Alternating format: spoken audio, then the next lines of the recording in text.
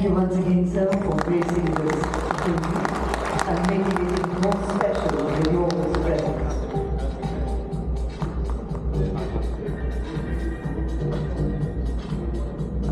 I request you, sir, to also honor Mr. Stefano, Director of ACI Asia Pacific and Middle East, with this gift of warmth and wisdom.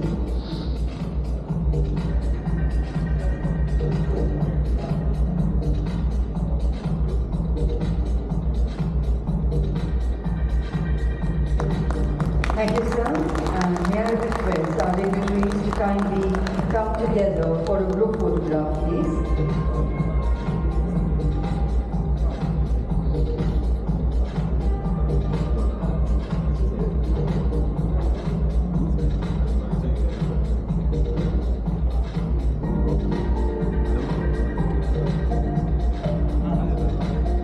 Thank you, gentlemen. May I request you to kindly take your seats in the front as we get ready for the next part of this event. Thank you.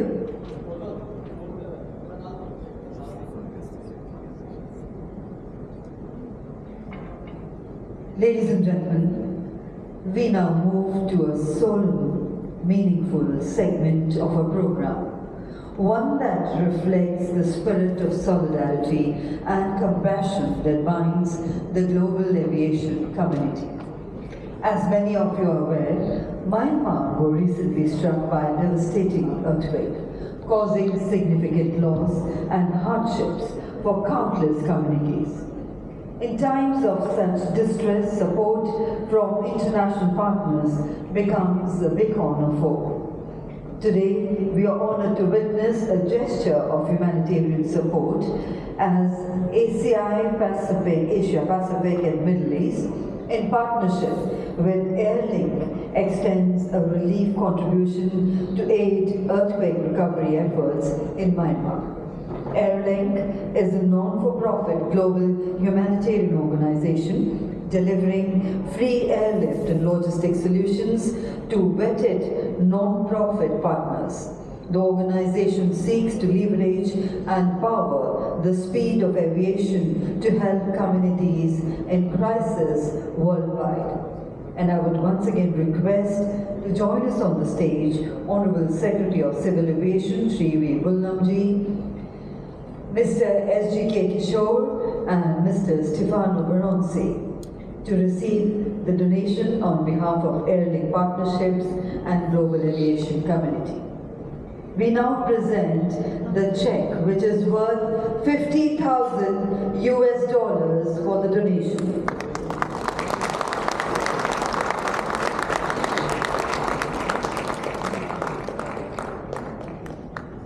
And ladies and gentlemen, we are also pleased to share that a QR code, which is now being displayed on the screen for those who wish to contribute and support this initiative.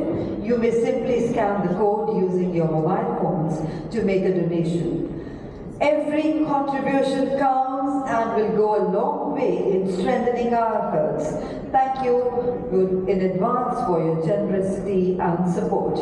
Thank you once again, gentlemen, for that honor. And let this moment reaffirm our collective commitment to not just connectivity, but compassion and care. Thank you once to each one of you. Ladies and gentlemen, we now come to a moment of strategic importance and a session which is very pivotal and sets the tone for a gathering state of industry. And to share with us the key insights on the evolving aviation landscape in Asia Pacific and the Middle East, it is my proud privilege to invite a globally respected leader, Mr. Stefano Baronci, Director General of Airports Council International, Asia Pacific and Middle East. Mr. Baronci brings with him over 2 decades of experience in the aviation sector, having represented both airports and airlines at the national and international levels. Since his appointment in December 2019, he has been instrumental in executing ACI's strategic vision across more than 600 member airports in the region, has previously served as Director of Economics at ACI World in Montreal and Senior Policy Manager at ACI Europe. He has also held leadership positions at ITA and the Italian Airports Association, Saro Porti. His breadth of experience uniquely positions him to provide a comprehensive view of industry challenges, opportunities, and future trajectories. So, ladies and gentlemen, please join me in welcoming Mr. Stefano Baronci.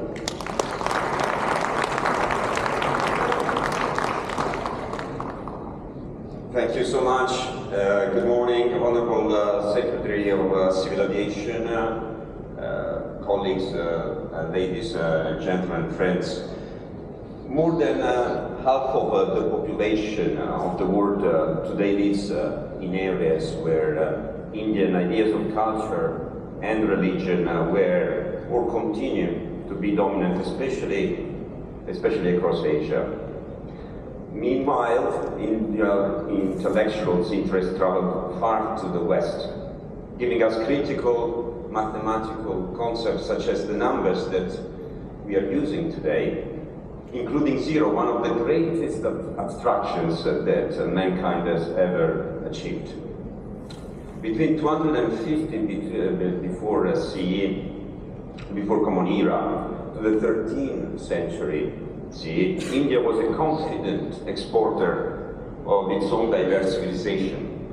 And Asia was a recipient of a mass transfer of Indian soft power in arts, music, astrology, mathematics, medicine, mythology, and language, especially through Sanskrit. Now, living in Bangkok, I cannot help but highlight how deeply Indian cultural influences are woven into Southeast Asia. Thailand's ancient capital, Ayutthaya, was named after Ayodhya, which is Lord Rama's birthplace, as mentioned in the epic Ramayana. Similarly, Indonesia's national airline, Garuda, is named after the god Vishnu's vehicle, reflecting the enduring imprint of Indian mythology and tradition across the region. As the author William Dalrymple suggests in his recent book, a golden road connected a vast geographical area stretching from Sri Lanka to Tibet, China, Korea, Japan, and across Southeast Asia to Burma, Thailand, Laos, Cambodia, up to Bali. Now, this route wove together a wide array of culture into a single civilization sphere, the Indosphere, where India was a crucial economic fulcrum and civilizational engine, and one of the main motors of global trade. This well before the creation of the Silk Road in the 13th century. As much as Indian traders used the sea routes of monsoon Asia to travel in two directions, to the west and to the east, it is worth asking, could the modern aviation contribute to recreate this golden road today, especially in a competitive and fast-evolving region where demography, among other factors, plays an important role? Now, Asia Pacific today is home to 4.7 billion people. A stark contrast to the combined population of Europe and North America, which total about 1.3 billion. Asia alone is projected to grow between 5.3 to 5.5 billion in the next 30 years, while Europe and North America together will see a marginal growth reaching only 1.4 billion. According to the UN, as of 2024, 4 billion people, which are nearly 60% of the total population, live in cities today. And out of the 30 global megacities, 25 are in Asia and Middle East, with Delhi ranking number 2 with 34 million people after Tokyo, which accounts about 37 million people in its conurbation. Now, mega airport systems have been built to respond to the demand for connecting with country, with the region, and with the world.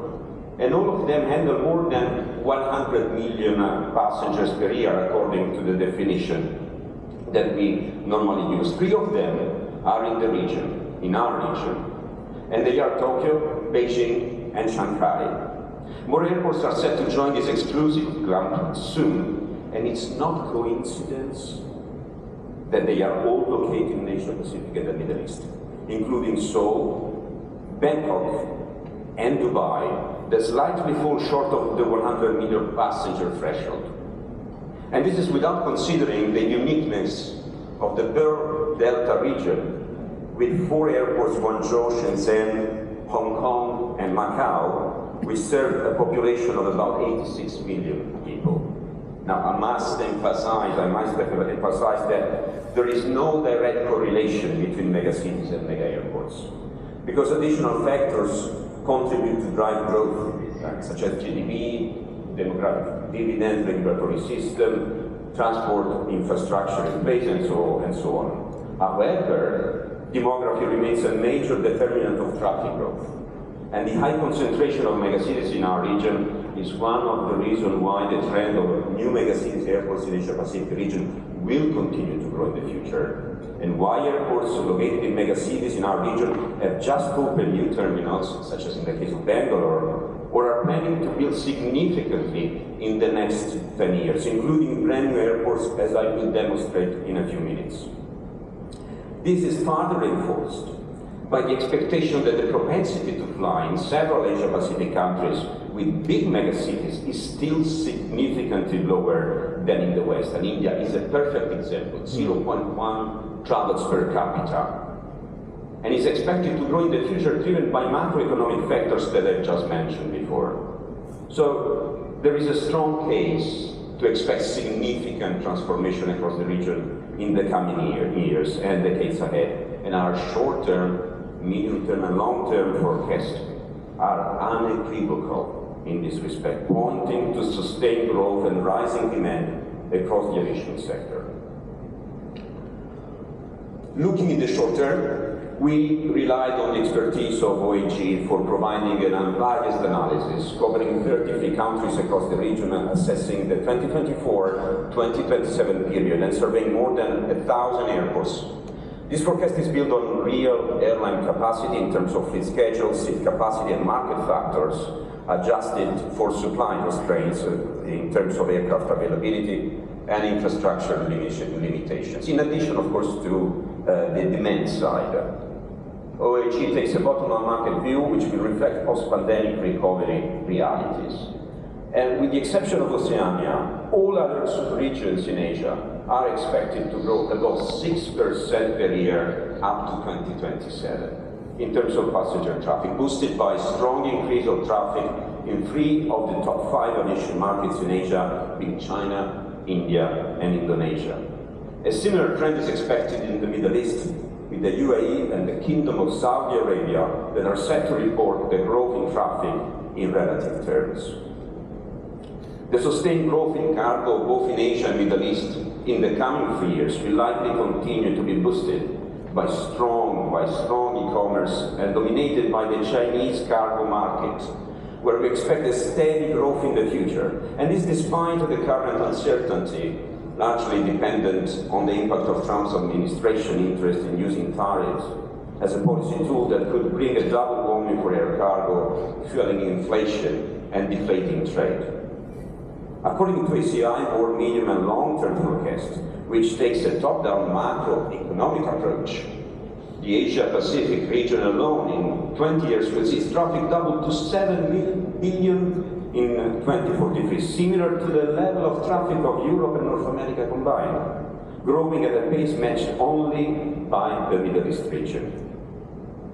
Now, this will mean holding more than 40% of the market share globally, 8% more than what is today, contributing to a 3.9 billion passengers out of the additional 8 billion passengers that will travel in 20-year time. Middle East growth will be equally brilliant, with almost 1 billion passengers expected by 2043. In 30 years' time, meaning by 2053, Asian airports are expected to handle 9.6 billion passengers, equivalent to the total global passenger traffic in 2024. The second region in terms of traffic is expected to be Europe, with 4.8 billion passengers. Just to give you a sense of the scale of challenge and opportunity that Asia has ahead. And while domestic traffic will stay strong, the international traffic in the region is forecast to grow at more than 4% annually over the next 30 years, representing a high value of source of generation of revenues, not least because international passengers spend twice as much or more at duty-free shops compared to domestic passengers spending at the airport. The Middle East region is also expected to reach 1.3 billion passengers in 30-year time. Narrowing down the analysis at country level, as far as the passenger traffic is concerned, we will be the region to grow at the fastest pace.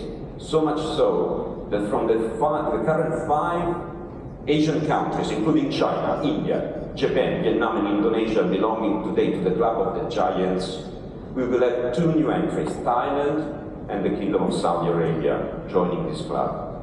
Together, these 7 countries are projected to handle nearly 8 billion passengers in 30 years. This without considering that other important aviation markets in the region, including the UAE, Korea, and Australia, will reinforce the region's position as the global epicenter of air travel.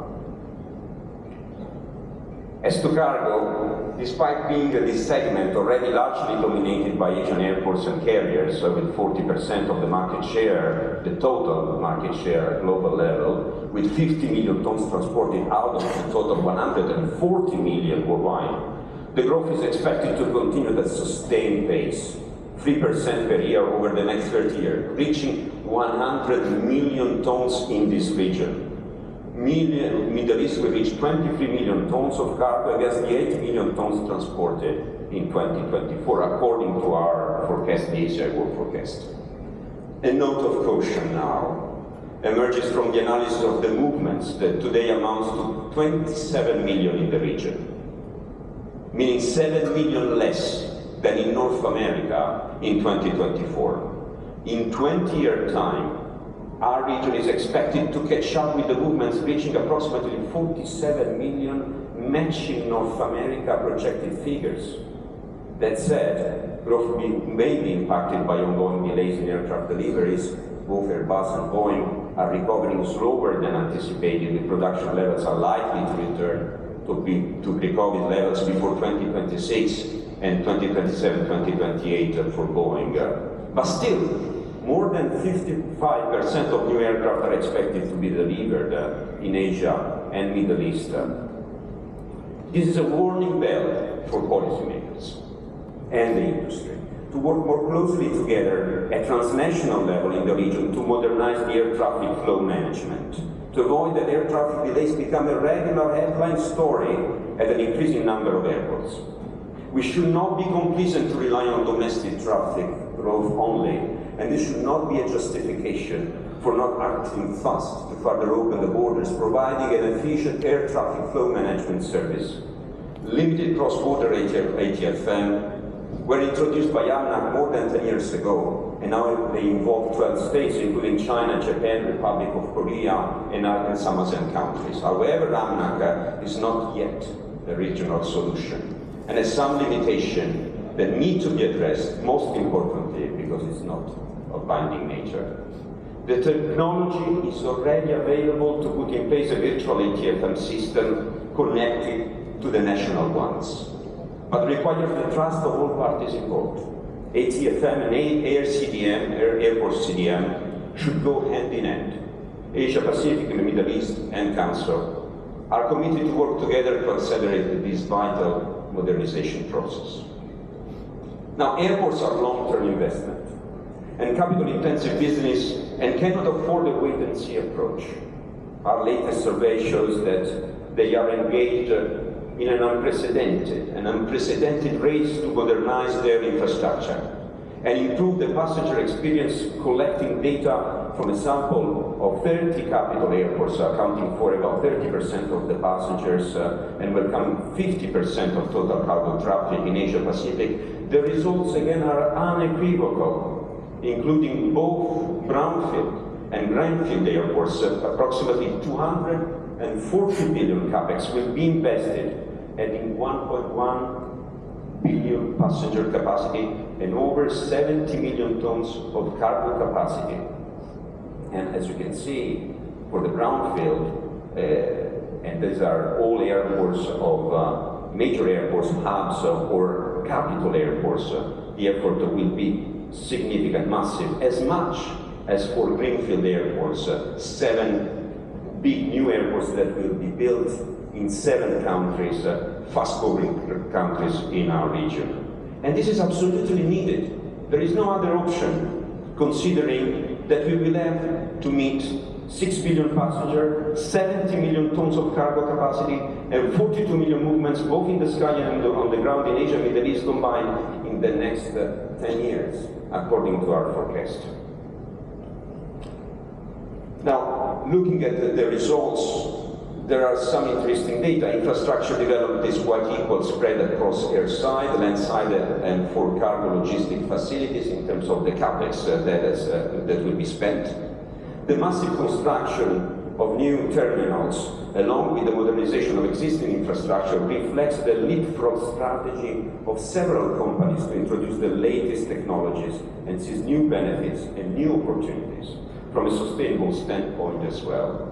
And on the air side, upgrades or modification to existing runways, taxiways, and aprons will be the norm, along with the new runways expected to be open at some major airports. 50% then of the airport survey, including especially hubs, for 50% of them, the additional passenger capacity generated by new investment will be between 20 and 60%. And for 33% airports, they will be adding more than 60% of capacity. So much so that, as I said, we expect about 680 million passenger capacity added in the next 20 years. To generate the additional 14 million cargo capacity, the majority of airports will increase their capacity up to 20%, and in about 25% of the cases between 20 and 60%. And this concern, I want to stress again, only the brownfield airports. But now, how can airports finance this investment? There is no magic wand. For most of the respondents, airport charges will inevitably have to increase over the next 5 years. Investors will have to take risks and be fairly compensated for it, just as airlines and passengers will have to pay a fair amount for better services, now that subsidization by states for capex is less and less the norm in our region, including India. The majority of airports, 69% of them, and the corresponding traffic, fall under a dual or a hybrid till regimes across the globe, including India. Under these models, airport operators can retain the net income from non-aeronautical revenues. Since these revenues are strongly driven by the level of passenger traffic, dual till and hybrid till airports can only gain by offering competitive airport charges and incentives to air carriers that grow traffic. And this might take the form of volume discounts that are largely applied by the majority of our airports. Investors, lenders, and airport operators prefer dual or hybrid till arrangements because of the flexibility it gives in managing their business for capex financing. Regions and markets that have significant private sector involvement, as much as India, also have a higher propensity toward dual and hybrid till. For instance, in Europe and Latin America, 76% and 77% of passenger traffic, respectively, is handled by airports with private sector involvement. India, Japan, Australia present a similar ownership structure and economic regulatory approach. The propensity toward hybrid and dual till continues to grow in the regions and in the world. Ladies and gentlemen, as the magnitude of our intervention increases, so too does their impact, both intended and unintended. More connectivity means faster transportation, yes. But faster transportation comes with congestion and pollution. Similarly, while rapid communication accelerates the spread of information, it can just as easily amplify disinformation. As members of a complex society, we expect science and innovation to solve problems.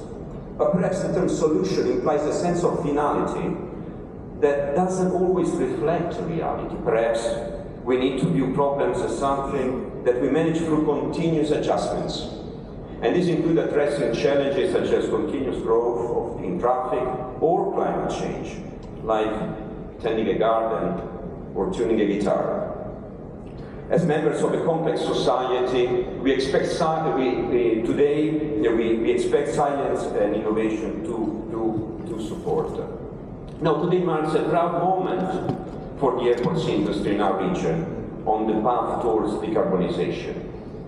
As over 100 airports in this region, notably 114, handling one-third of the total regional passenger traffic in Asia Pacific and the Middle East, are now certified under the Airport Carbon Accreditation Program. And we look forward to work with MOCA to make this program even more successful in the future.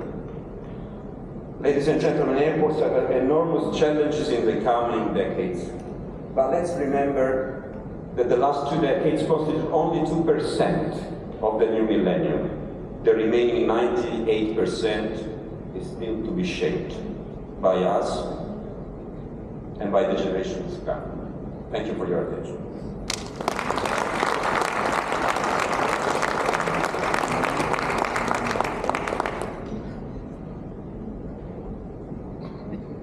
Thank you very much indeed, Mr. Stefano Baronci, for your insightful presentation and for sharing a compelling perspective on the state of the industry.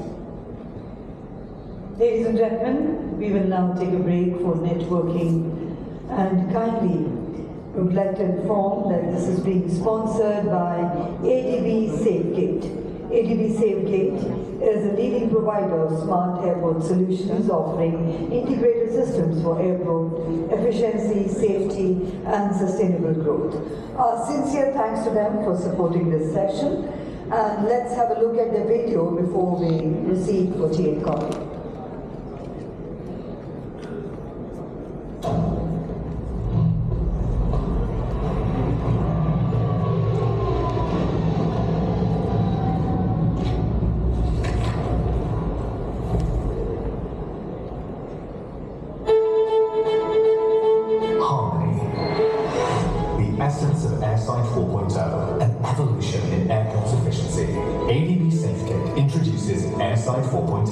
Elevating airside operations into a new era of intelligence. Here, every decision is powered by data. Environmental impact is significantly reduced, and safety standards reach unparalleled heights. The runway is now smarter with Axon EQ LED inset lights. Embedded sensors capture critical data, establishing a dynamic communication network essential for operational excellence. Enhancing safety and efficiency, our advanced docking guidance system integrates LiDAR technology and AI-powered vision, redefining aircraft turnaround procedures.